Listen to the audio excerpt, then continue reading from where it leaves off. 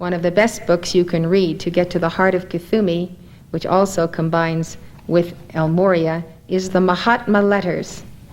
It is the letters from the Masters K.H. and El Morya, the Master M, letters they wrote just before they were ascended. And they contain very fine teaching on the path of Chilaship. In Buddhism, Manjushri is a masterful divine being who embodies God's wisdom and dispels ignorance. This is a very precious statue of Manjushri. He has the wisdom of the law and the mighty sword with which he defeats and dispels ignorance.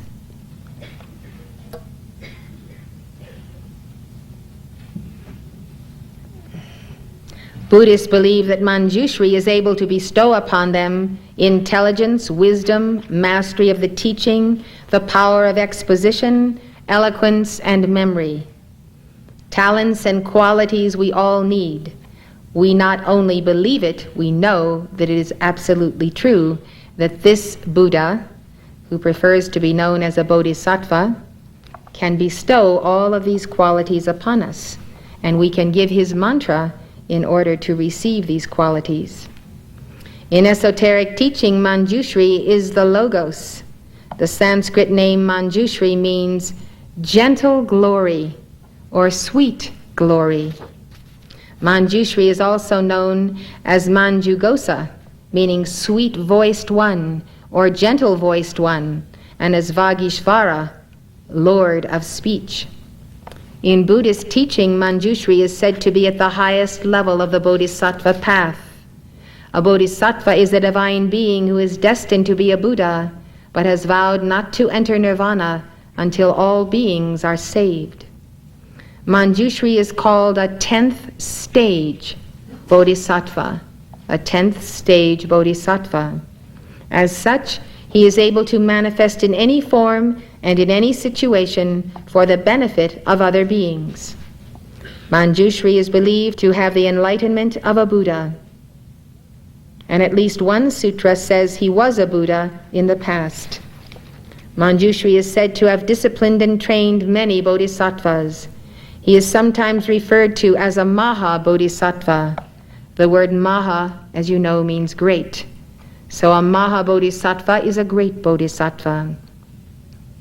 In one sutra, Gautama says that he owes his status as a Buddha to Manjushri because he was once Manjushri's disciple. Innumerable Buddhas in the past have been Manjushri's disciples, says Gautama, and those who will become Buddhas in the future also owe their enlightenment to his awesome power. This is a statement by Gautama Buddha. Manjushri is revered not only as the bodhisattva of wisdom and the patron of arts and sciences, but also as the master of eloquence and the principal guardian and patron of astrologers. Writers in the arts and in science traditionally invoke Manjushri's assistance. Authors open their books with verses in his honor. Tibetan Buddhists believe that Manjushri resides in his pure land or paradise at Wu Tai Shan in northeast China, called his five-mountain paradise. It is one of the most important places of pilgrimages for Tibetan, Mongolian, and Chinese Buddhists. According to Buddhist tradition, those whose vision and heart are pure can actually see Manjushri and his bodhisattva companions in the Pure Land. In Buddhist art, Manjushri is portrayed as a beautiful 16-year-old prince. The reason he is depicted as being eternally young is to show that acquiring wisdom does not depend on one's age or experience. Manjushri's complexion is usually a golden yellow. He often holds in his left hand the stem of a blue lotus blossom. On the blossom rests a book representing the Prajna Paramita.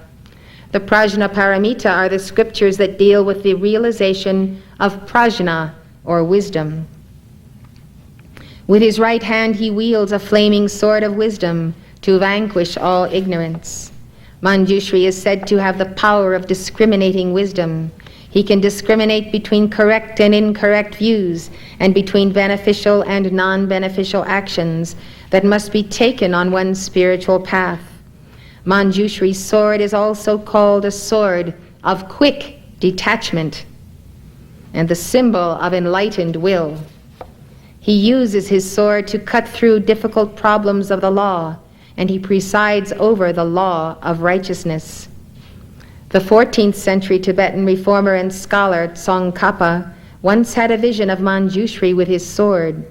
Robert Thurman writes, Tsongkhapa had one vision of Manjushri that was particularly striking. The Bodhisattva's sword of wisdom extended from his heart, the tip touching Tsongkhapa's heart, and the rainbow-colored nectar of the 5 wisdoms flowed down the sword from heart to heart. In the art of Central Asia, Manjushri rides a lion. The lion represents the voice of the law and the intrepidity born of wisdom. The lion also symbolizes the beast of the selfish self that is tamed through determination and love. Sometimes Manjushri is shown with his hands in the symbolic gesture or mudra of turning the wheel of the law. This mudra symbolizes the progression of the Buddha's teaching and the destruction of all illusion and superstition. Manjushri is often depicted as part of a triad of divine beings who represent various aspects of Buddhahood. In one triad, he is with Vajrapani, who symbolizes power, and Avalokiteshvara, the masculine manifestation of the goddess Kuan Yin, who symbolizes compassion.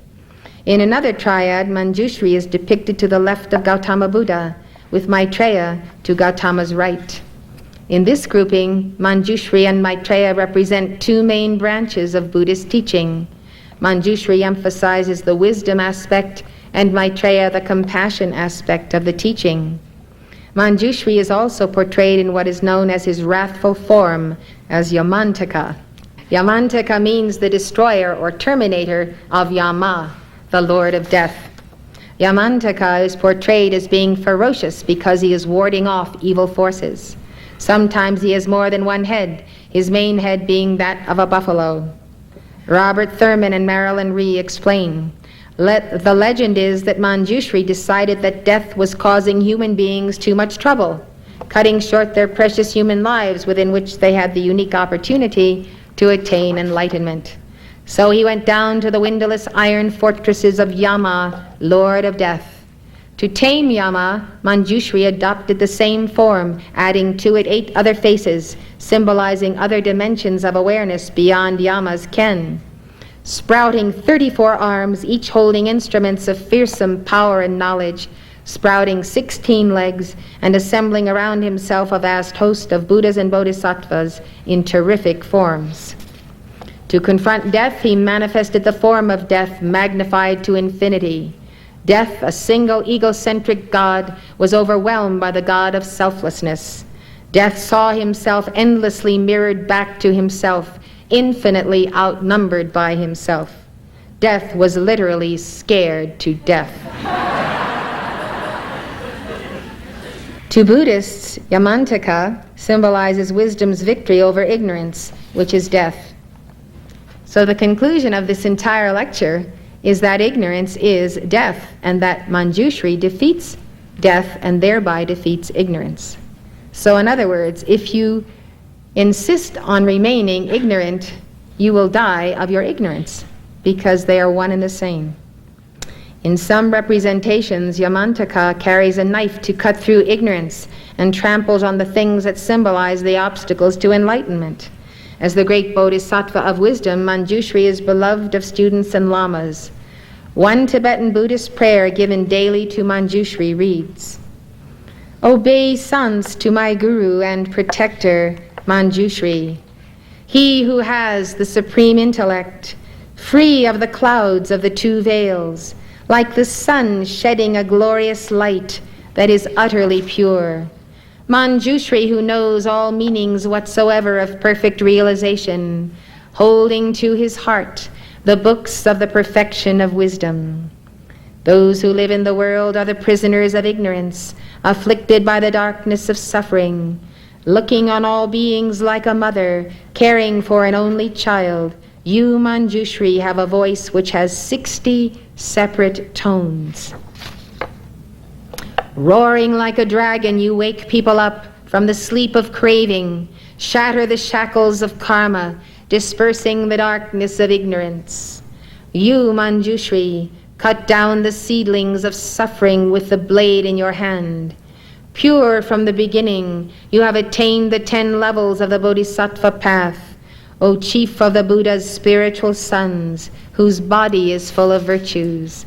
Adorned with 112 attributes of the Buddha, to Manjushri, with the uttermost reverence, I bow down. With the brilliance of your wisdom, O compassionate one, illuminate the darkness enclosing my mind. Enlighten my intelligence and wisdom, so that I may gain insight into Buddha's words and the texts that explain them. That is the end of the Tibetan prayer. According to one tradition, when 500 greatly learned professors were asked to produce poetry in praise of Manjushri, they all produced identical verses. These verses are recited daily by students before starting their studies. In addition, the following mantra is given every morning. Om Arapatsanadi. Remember that one? It's in our book. D, which is spelled D-H-I-H, but is pronounced D-E-E, is the bija, or seed syllable, of Manjushri. So it's the last syllable in that mantra. The essence of a cosmic being, chakra or principle, is concentrated in the bija, the seed. In Sanskrit, Om Arapatsanadi is a mystical name collectively representing the 5 Buddhas, whom we believe to be the 5 Dhyani Buddhas. The Dhyani Buddhas embody the 5 wisdoms that are antidotes to the 5 poisons or obstacles to spiritual progress. Manjushri is said to embody the wisdom of all the Buddhas. The mantra Om Arapatsanadi is given to help develop wisdom, memory, and the understanding of the scriptures. One Tibetan tradition instructs the devotee to recite this mantra 100 times or 21 times or at least 7 times. I would like us to give this mantra to the recording we have already made of it.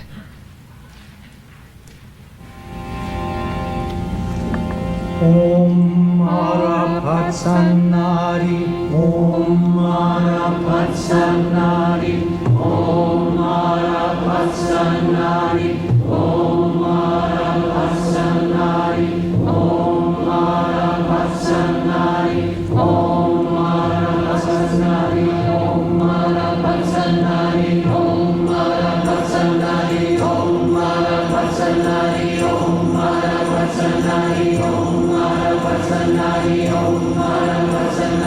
Om Sanari Om Mara Sanari Om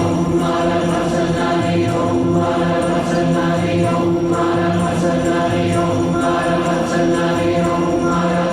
Sanari Om Mara Sanari Om Mara Sanari Om Mara Sanari Om Mara Sanari Om Mara Sanari Om Mara Sanari Om Mara Sanari Om Mara Sanari Om Mara Sanari Om Mara Sanari Om Mara Sanari Om Mara Sanari Om Mara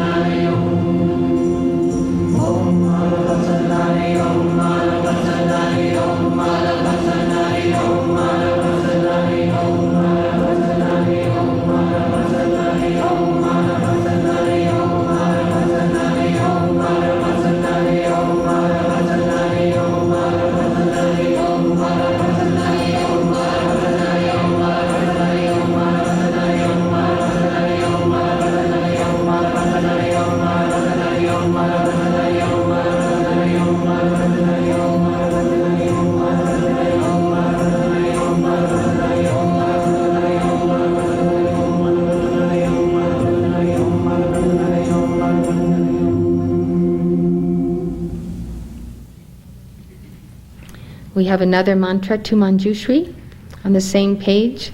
Om Wagi Shori Mum. It means hail to the Lord of speech, Mum. Om Wagi Shori Mum. Om Wagi Shori Mum. Om Wagi Shori Mum. Om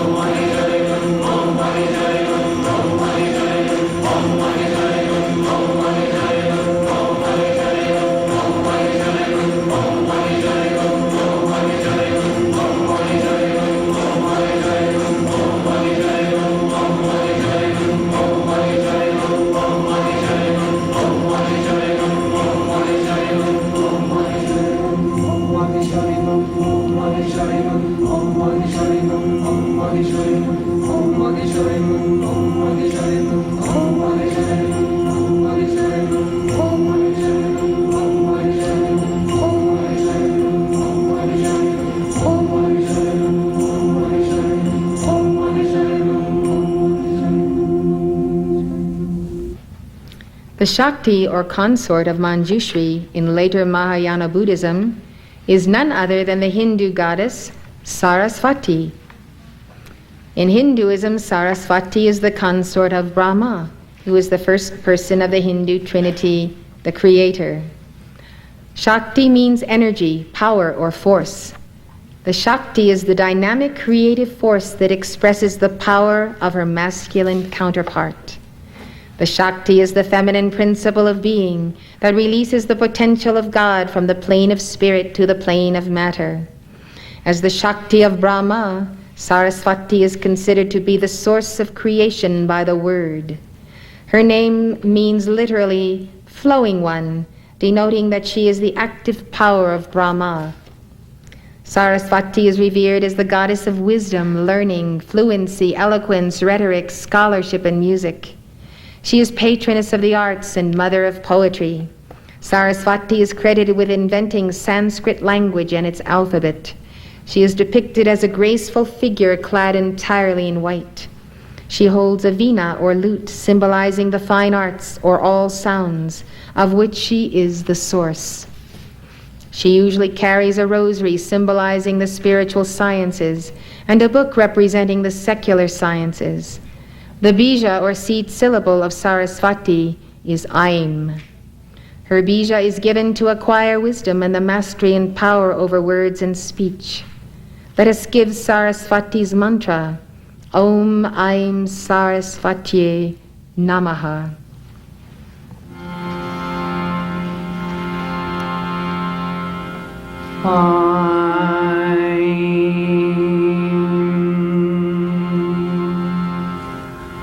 Om Aim Sarasvatye Namaha.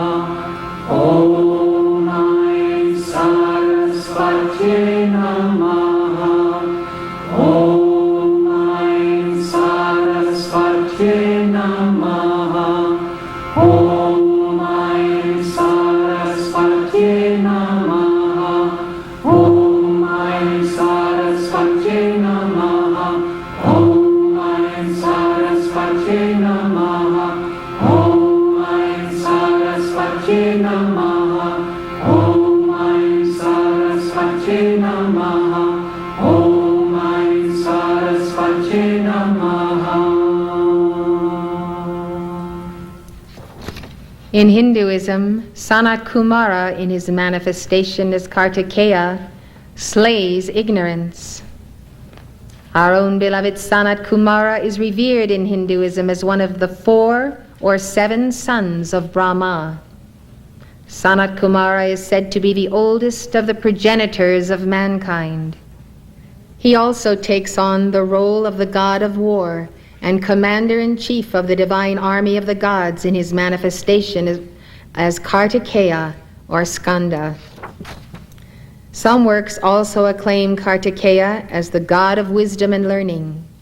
Legends say that Kartikeya was born specifically to slay the demon Taraka, who symbolizes the lower mind or ignorance. Kartikeya is often depicted holding a spear, representing illumination, which he uses to slay ignorance. He is also represented riding a peacock. The peacock and its variegated colors represent the ego with its pomp and grandeur.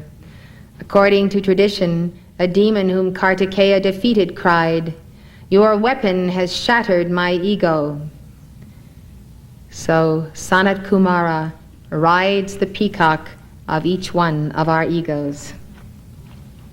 Sanat Kumara is also revered as a Vedic sage who figures in the Chandogya Upanishad and the Mahabharata. In the Mahabharata, Sanat Kumara brings us full circle with his teaching on ignorance. He repeats the theme we started with. Ignorance is blindness to the true nature of one's real self. Ignorance is blindness to the fact that you are one with Brahman, the Supreme God.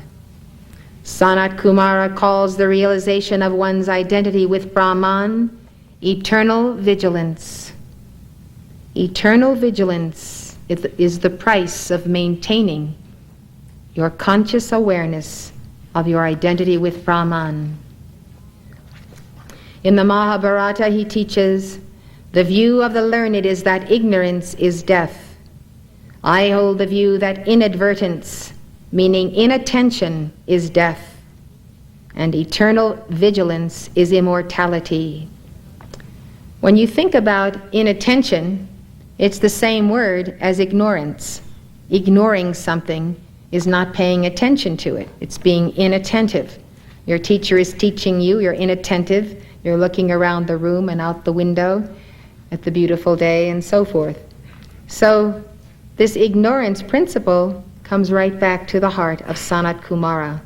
If you don't pay attention to your real self by eternal vigilance, eternally meditating upon wisdom, then you are in a state of inadvertence or inattention, and you will lose your immortality.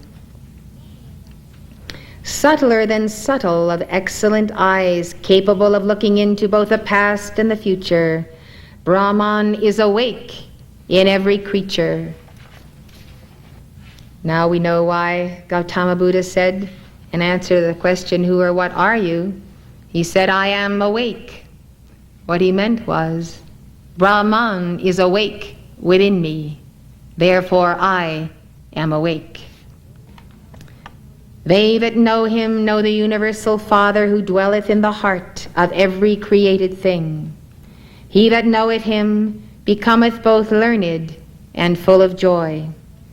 The Brahman knowing person is equal unto Brahman himself. And that is the conclusion of our lecture.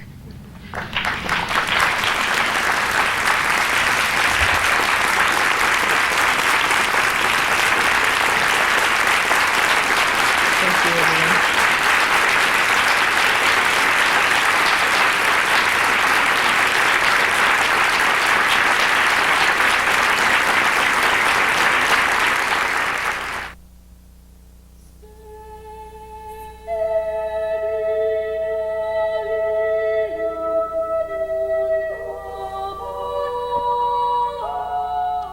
For more information, call toll-free 1-800-245-5445.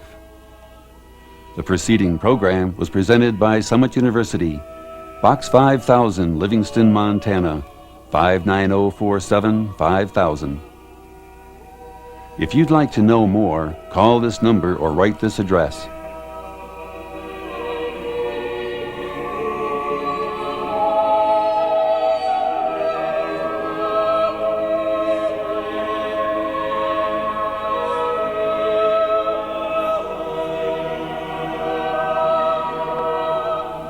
For a free book by Elizabeth Clare Prophet, or for more information about her teachings on the world's major religions, call 1-800-245-5445. That's 1-800-245-5445.